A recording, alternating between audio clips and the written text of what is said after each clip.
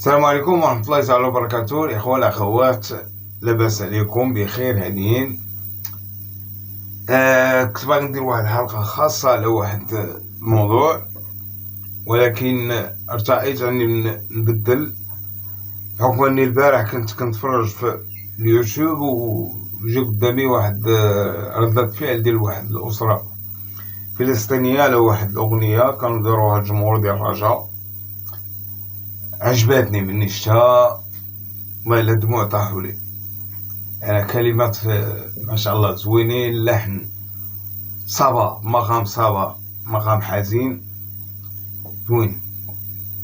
قلت علاش لي ما نديرش انا واحد الكلمات على الدولة ديالنا حتى هي، راه ماشي ما نقولوش الاخرين اولا لا، هادوك ديالنا وحنا ديالهم.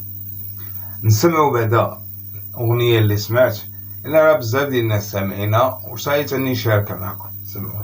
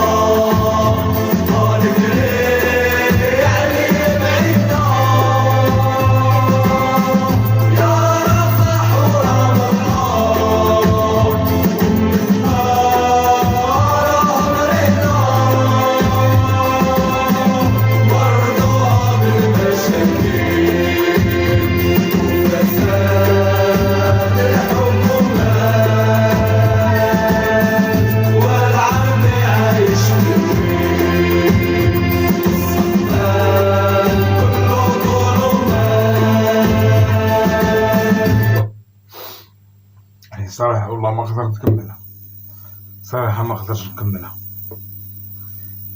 أنا كلمات ديالها واعرين، لحن هائل، يعني اللي دار هاد اللحن هذا برافو عليه ما شاء الله، عادي ما نقول.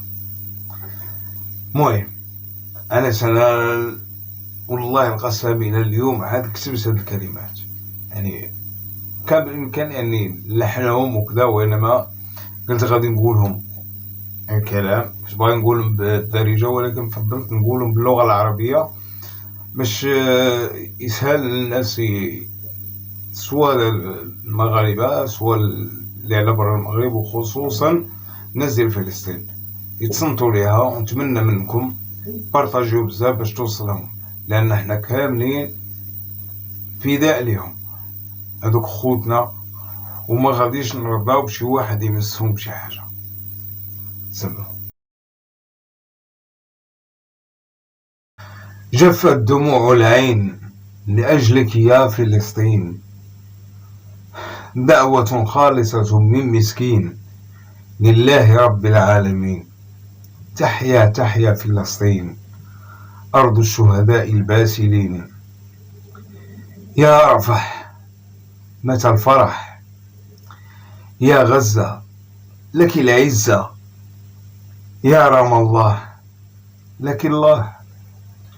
ويا نابلس إن شاء الله نجتمع في القدس.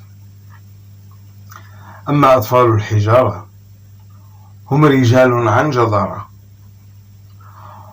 وبراءة العيون كأوراق شجر الزيتون. ما لي أرى العرب خاضعين، والقصف والحصار من أعوام وسنين. لكم الله يا أهلنا، وتحيا تحيا فلسطين.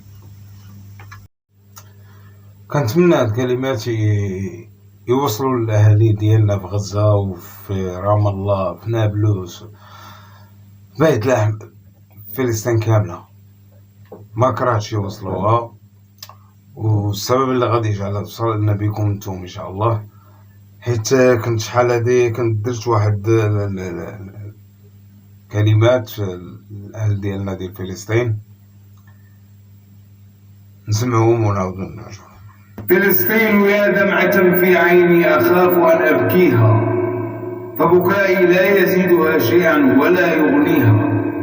كفانا بكاء واستيقظ يا أسد لعلنا بزعيرك نرهب عدونا ونحميها.